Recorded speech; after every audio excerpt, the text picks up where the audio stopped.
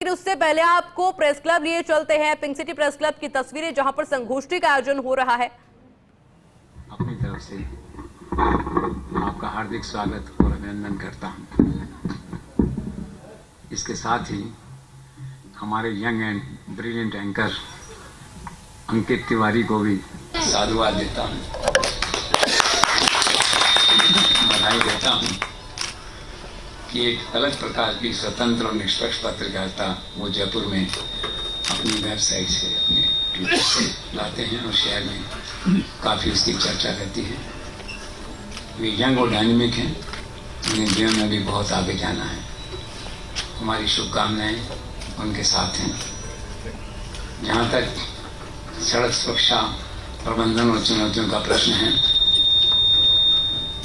तो मुझे इस बात की खुशी है और मैं राज्यपाल जी का आभार मानता हूँ कि उन्होंने इस विषय के महत्व को, इसकी संवेदनशीलता को समझा और हम सब लोगों के बीच समय निकाल करके यहाँ पे आए। हालांकि संख्या थोड़ी सी कम है, लेकिन कहा बिल्लू बना दें सुधांशु जी ने और सारस्वत जी ने कि पत्रकारों के काम करने का समय होता है, तो थोड़ा हो गया। लेकिन राज्यपाल महोदय खुद एक ग्रास रूट वर्कर रहे हैं। महाराष्ट्र के गांव-गांव में उनकी आत्मा बसती है और राजभवन में बैठते ज़रूर हैं, उनका दिल आज भी महाराष्ट्र में रमता है, स्वाभाविक है। लेकिन राजस्थान आने के बाद भी उन्होंने राजभवन के द्वार आम आदमी के लिए, गरीब के लिए, पिछड़ों के लिए खोल दिए हैं। आज राजभवन में कोई भी व्यक्ति बिना किसी अपॉइंटमेंट के जाके मिल सकता है, अपनी बात कह सकता है। और शहर और प्रशासन के जितने संवेदनशील मुद्दे हैं, उन सब पर मैं अखबारों में पढ़ता हूँ कि राज्यपाल महोदय ने अपनी पकड़, अपनी सूझबूझ ये सब बना ली है। ऐसा लगता ही नहीं है कि राज्यपाल महोदय केवल 1 वर्ष से 8 महीनों से यहाँ हैं।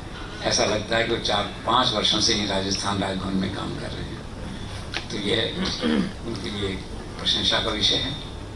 और जहाँ तक सड़क सुरक्षा इसका सवाल है, मेरे पूर्व वक्ताओं ने इसका सारा खाका आपके सामने खींचा है कि 1,70,000 एक साल में राजस्थान में 12,000 मृत्यु, 76% लोग ग्रामीण इलाकों के, 80% लोग नौजवान 18 साल से 45 साल की उम्र के, 3700 लोग बिना हेलमेट के।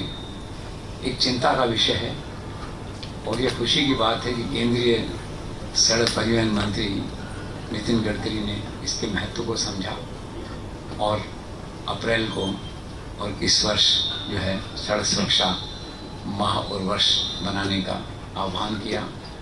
जिस प्रकार आज देश का नेतृत्व नरेंद्र मोदी को जानता है, प्रधानमंत्री को जानता है, एक राष्ट्र नायक के रूप में उन्हें जानता है, ठीक उसी प्रकार आज देश का हर नागरिक, इवन गांव में बैठा हुआ व्यक्ति नितिन गडकरी को सड़क मंत्री के रूप में जानता है।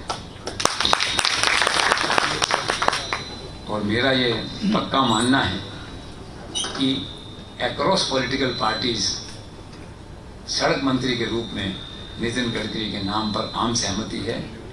और अगर सभी राजनीतिक दल उनकी राय पूछी जाए तो परिवहन मंत्रालय के लिए उनका नाम ही सबसे आगे है। प्रधानमंत्री ने उनकी प्रतिभा को पहचाना है और ये फिर से उन्हें इस मंत्रालय में काम करने का मौका दिया है। और उन्होंने सड़क दुर्घटना जैसे संवेदनशील विषय को उठाया है, तो क्या he is one of the best delivery man in the country.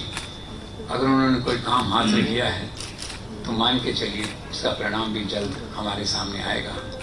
और एक जो बात आजकल चल रही है प्रधानमंत्री के विकसित भारत 2047 और उसके साथ ही राजस्थान में मुख्यमंत्री भजनलाल शर्मा के नेतृत्व में विकसित राजस्थान, ये जो एजेंडा है इसमें भी सड़कों का बहुत महत्वपूर्ण स्थान है। सड़कों के लिए बड़ा बजट है, दिया कुमारी के पास मंत्रालय है और सड़क सुरक्षा के लिए काफ़ी बजट रखा गया है। और मेरा कहना ये है कि 2 जो बड़े काम इस 1 साल में राजस्थान में हुए, एक तो आपका राजस्थान इन्वेस्टमेंट कॉन्क्लेव 35 लाख करोड़ की बात हम करते हैं। और दूसरा जो है एक बहुत बड़ा काम ERCP का राजस्थान में हुआ। तो विकसित राजस्थान का जो एजेंडा है उसको आगे बढ़ाने की दिशा में राजस्थान में महत्वपूर्ण कदम उठाए गए हैं। मुझे आशा है कि सड़क परिवहन के क्षेत्र में, सड़क दुर्घटनाओं की रोकथाम के क्षेत्र में भी विकसित राजस्थान के एजेंडा में इस विषय को शामिल किया जाएगा और इसे पूरी प्राथमिकता मिलेगी। जहाँ तक चुनौतियों का प्रश्न है तो सबसे बड़ी चुनौती अपने आप को सेंसिटाइज करने की है, खास करके नौजवान पीढ़ी को सेंसिटाइज करने की है। सरकार ने काफ़ी कदम उठाए हैं। घायल को अस्पताल तक पहुंचाने के लिए 10,000 रुपये की सहायता की व्यवस्था है। घायलों के फ्री इलाज की व्यवस्था है। स्कूलों में ट्रेनिंग की व्यवस्था है। और ये काम केवल सरकार के बूते नहीं है, इसमें जन सहयोग चाहिए, जनता का सहयोग चाहिए। कम्यूटर्स जो हैं, जो गाड़ी चलाते हैं, वाहन चलाते हैं, उनका सहयोग चाहिए। और वाहनों की संख्या इतनी बढ़ गई है और ट्रैफिक जाम की स्थिति आप देखते हैं। तो इन सब घटनाओं को कुल मिलाकर कहने का तात्पर्य यह है कि हम सड़क दुर्घटनाओं की रोकथाम के लिए केवल सरकार की तरफ नहीं देखें, हम समाज की तरफ देखें, युवा पीढ़ी की तरफ देखें, अपनी तरफ देखें। और हर नागरिक का एक कर्तव्य है इस प्रकार का माहौल जो है हम बनाने की कोशिश करें। तो बस इन्हीं शब्दों के साथ एक बार माधुर साहब सरस्वती को धन्यवाद और राज्यपाल एक बार फिर से हार्दिक अभिनंदन। Thank you.